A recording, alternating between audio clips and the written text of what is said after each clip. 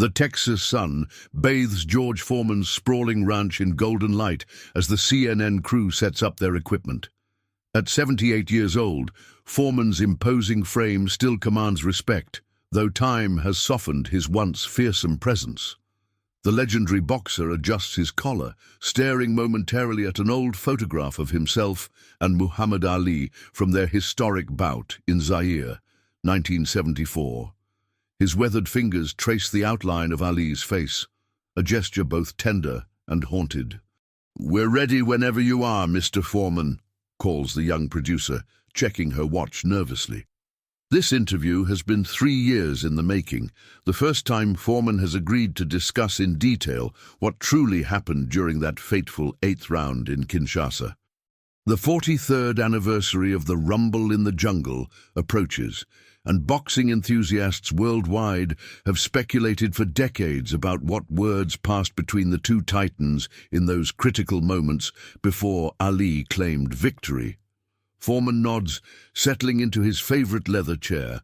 The cameraman signals a 3-second countdown. The veteran sportscaster, Michael Collins, leans forward with practiced interest, microphone pointed toward the former heavyweight champion. "George, thank you for welcoming us to your beautiful Texas ranch. For boxing fans everywhere, the Rumble in the Jungle remains perhaps the greatest sporting event of the 20th century. Yet in all these years, you've never fully revealed what Muhammad whispered to you in that 8th round. Words that seemed to change everything." Foreman's eyes glisten unexpectedly. He clears his throat, his deep voice rumbling with emotion previously hidden from the public eye. "You know, Michael, some secrets aren't meant to be kept forever. After Ali passed, I promised myself I'd tell the truth. The whole truth. Not for me, but for history. For what that moment really meant for both of us as men, not just as fighters." The camera zooms in as Foreman leans forward, the weight of 43 years of silence about to be lifted from his broad shoulders. "That night in Africa changed everything I thought I knew about myself, about boxing, about life itself. Before I continue, this channel exists because of you. If you're already feeling the emotion in this story, subscribe right now. It's quick, easy, and makes all the difference to me. I went into that fight undefeated," Foreman continues, his massive hands forming fists unconsciously. 27 knockouts in 40 fights. "I destroyed Joe Frazier, the man who beat Ali. I demolished Ken Norton, who broke Ali's jaw. Everyone believed I would kill Muhammad Ali that night." Collins nods. "The betting odds were heavily in your favor." 8-1, Foreman says with a bitter smile. "And I believed it too. I wasn't just confident. I was certain. That was my first mistake." The interview cuts to archival footage. A younger, terrifying George Foreman pulverizing heavy bags in training, the raw power evident in every devastating blow. The contrast with the eloquent dancing Ali couldn't have been starker. "The heat in Zaire was something else," Foreman recalls, his voice transporting viewers to that electric night in Africa. 84 degrees at 4 in the morning when we finally fought. The humidity made it feel like you were breathing underwater. And those crowds, 60,000 people chanting Ali Bomaye, Ali, kill him, for hours." Foreman pauses, the memories still visibly affecting him after all these years. "Looking back, I realize Ali had won before we even stepped into the ring. He'd connected with those people. Me, I was just the American boogeyman." The camera captures Foreman's eyes drifting to a shadowy corner of his trophy room, where a pair of worn boxing gloves sits in a simple glass case, the gloves from that very fight. "The first rounds went exactly as I expected," Foreman continues. "I was punishing him. Every shot I landed felt like it would be the one to end it. But Ali..." Foreman shakes his head in lingering disbelief. He kept whispering things between those punches, little things only I could hear. "Like what?" Collins leans in, the entire crew now captivated. "Mind games. That all you got, George, or they told me you could hit harder than this." But I wasn't worried. I knew I'd break him eventually. Everyone broke eventually. Archival footage shows the early rounds. Foreman stalking, throwing thunderous punches, while Ali covers against the ropes, occasionally firing quick countershots that seem to only anger the champion more. By the fifth round, something wasn't right. I was connecting, but Ali wouldn't go down. Worse, he started hitting me back more often. Clean shots. Foreman's brow furrows as if still puzzled by this decades-old mystery. I'd hit guys half as hard in training and watched them crumple. But not him, never him. The rope-a-dope strategy, Collins offers. We didn't have a name for it then, Foreman responds. I just knew I was throwing everything I had, and somehow it wasn't enough. By the seventh round, my arms felt like concrete. Each punch took more effort than the last, and Ali knew it. He could see it in my eyes. The tension in Foreman's retelling is palpable. His breathing quickens slightly, as if his body remembers the exhaustion of that distant night. Then came the eighth round, Collins prompts softly. Foreman nods, swallowing hard. The eighth round changed my life forever. The interview resumes after a brief commercial break. Foreman has moved to his porch, gazing out at his cattle grazing in the distance. The setting sun casts long shadows across his weathered face, highlighting the deep contemplation in his eyes. The eighth round, he begins again. I came out swinging, but my punches had nothing left. Everyone could see it. Ali was getting bolder, landing combinations, making me miss. The crowd was deafening. Collins remains silent, allowing Foreman the space to navigate these difficult memories. There was a moment, you can see it in the fight footage, where we clinched. Ali was holding me up more than I was holding him. Foreman's voice drops almost to a whisper. That's when he leaned in close to my ear. The camera zooms in tight on Foreman's face as decades melt away, transporting him back to that muggy ring in Kinshasa. Most people think he trash-talked me in that moment. That's what everyone assumed all these years, but that's not what happened at all. Foreman's eyes close briefly, the memory washing over him. Muhammad pulled me close and whispered, "George, you're more than this fight. Win or lose, God has greater things for you than you know." Collins blinks in surprise, clearly not expecting this revelation. Ali said that, in the middle of the most important fight of his career? Foreman nods, slowly. Those exact words, and something in me broke. Not my spirit, something else. All that anger I'd carried my whole life, the rage that made me such a devastating fighter, it just hesitated for just a second, and that's all it took. More archival footage shows the critical exchange, the fighters locked in a clinch, Ali's mouth near Foreman's ear, then the separation. Moments later, Ali unleashes the combination that would send Foreman to the canvas for the first time in his professional career. I remember falling. I remember watching the ceiling of that outdoor arena spin above me. I remember thinking I could get up.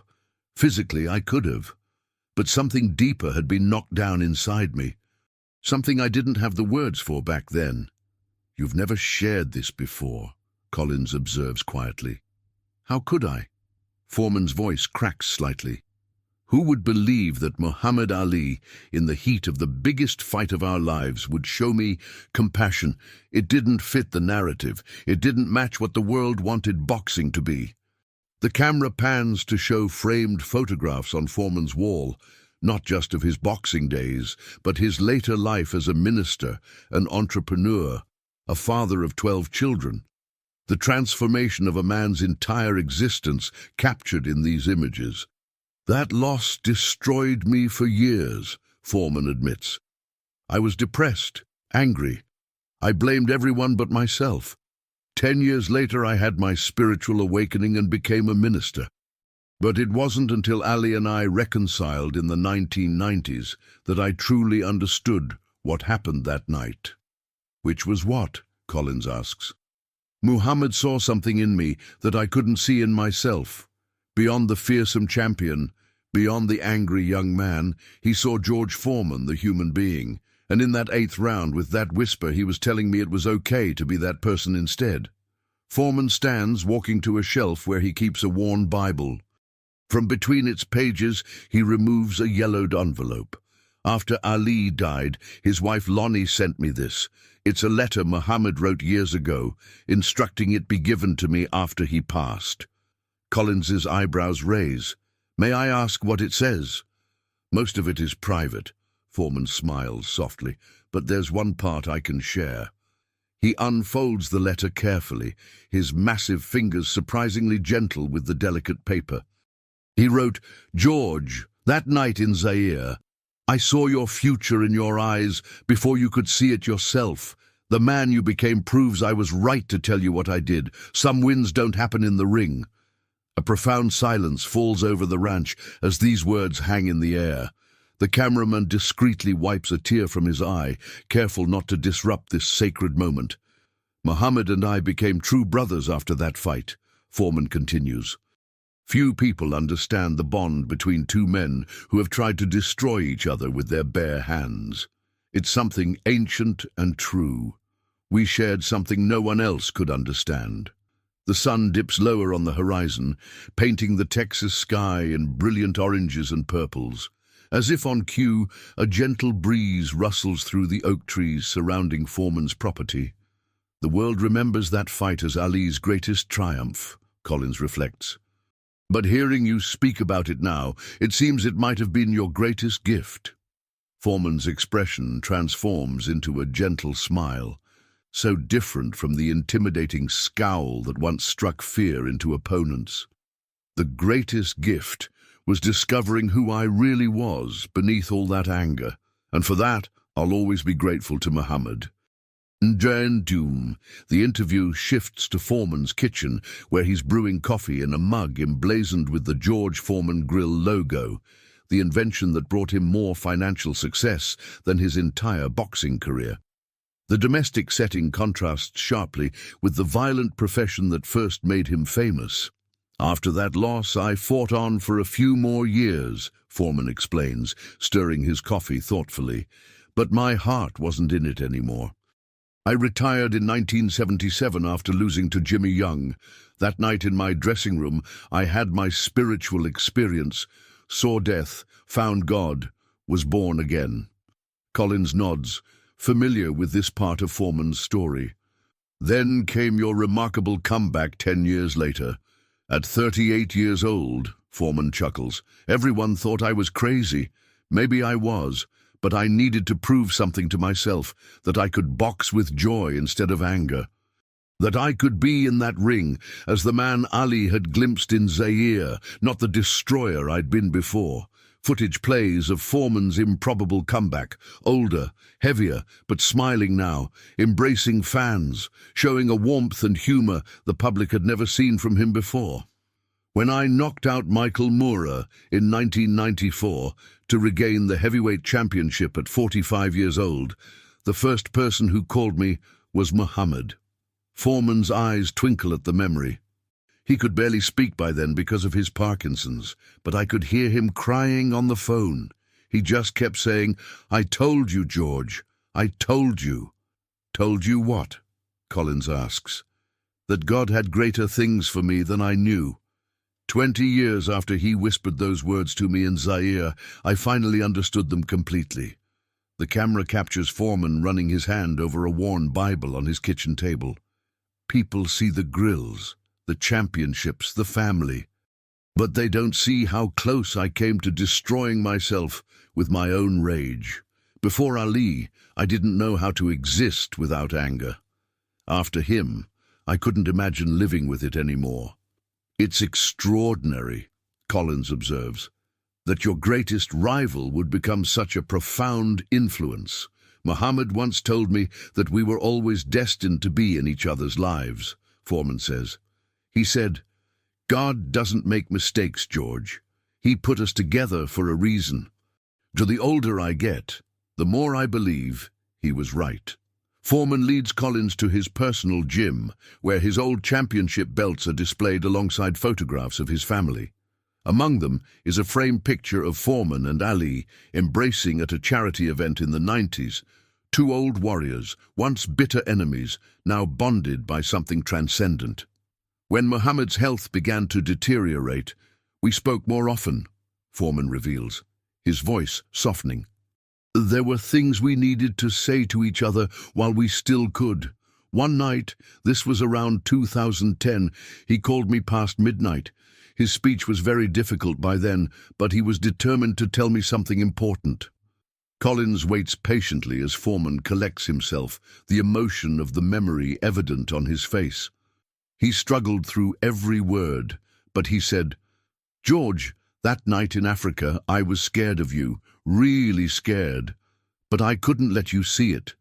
So I pretended to see your future instead. And then, it came true anyway." Foreman laughs gently through the beginnings of tears. Even at the end, he was still the greatest of all time. "Do you think he really was afraid that night?" Collins asks. "Of course he was. Any sane man would be. But Muhammad's genius was turning fear into faith. He transformed everything, even terror, into something beautiful." Foreman shakes his head in lingering admiration. "I spent years trying to intimidate my opponents. He spent years inspiring them. That's the difference between a champion and a legend." The interview follows Foreman outside again as dusk settles over the ranch.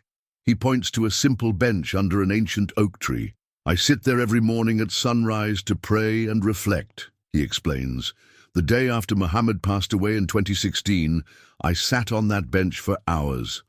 I couldn't cry at first. It was too big, too final.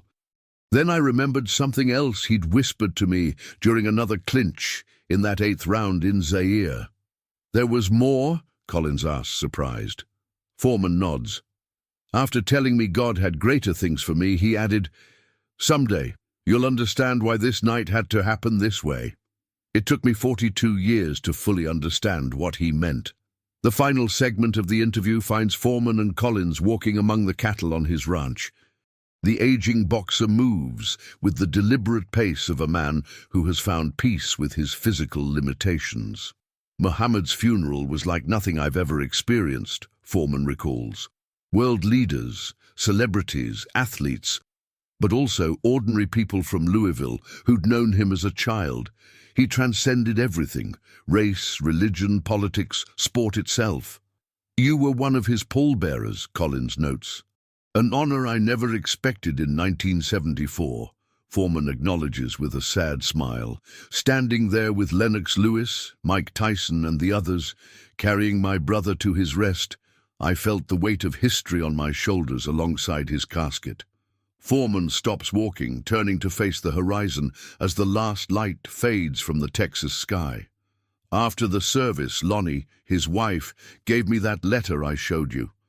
She said Muhammad had updated it several times over the years as his condition worsened, but he was adamant it reached me after he was gone. You mentioned there were other parts of the letter you didn't want to share," Collins prompts gently. Foreman nods. "Muhammad apologized for things he said before our fight, the guerrilla taunts, the psychological warfare. But what moved me most was him writing about watching my transformation over the decades. He said witnessing my journey from the angry champion to the man I became gave him strength during his darkest days with Parkinson's." The camera captures a tear finally escaping down Foreman's cheek. "To think that I, his greatest rival, could have been any kind of inspiration to Muhammad Ali, that's a gift beyond measurement." "It seems you both gave each other exactly what you needed," Collins observes. "That's the mystery of life, isn't it?" Foreman's face breaks into his familiar broad smile. "Sometimes your greatest opponent becomes your greatest teacher. Sometimes the worst night of your life becomes the doorway to redemption.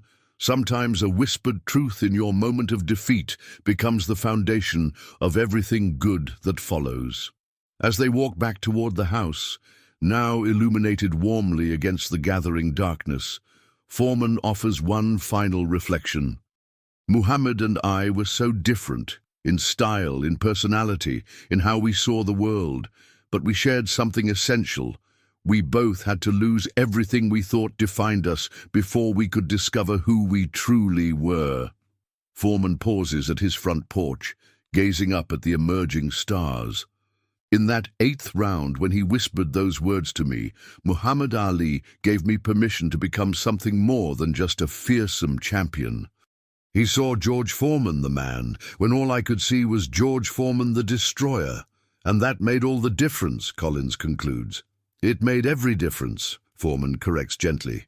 The George Foreman who sells grills and preaches the gospel and loves his family fiercely. He was born that night in Zaire, when Muhammad Ali knocked down more than just my body.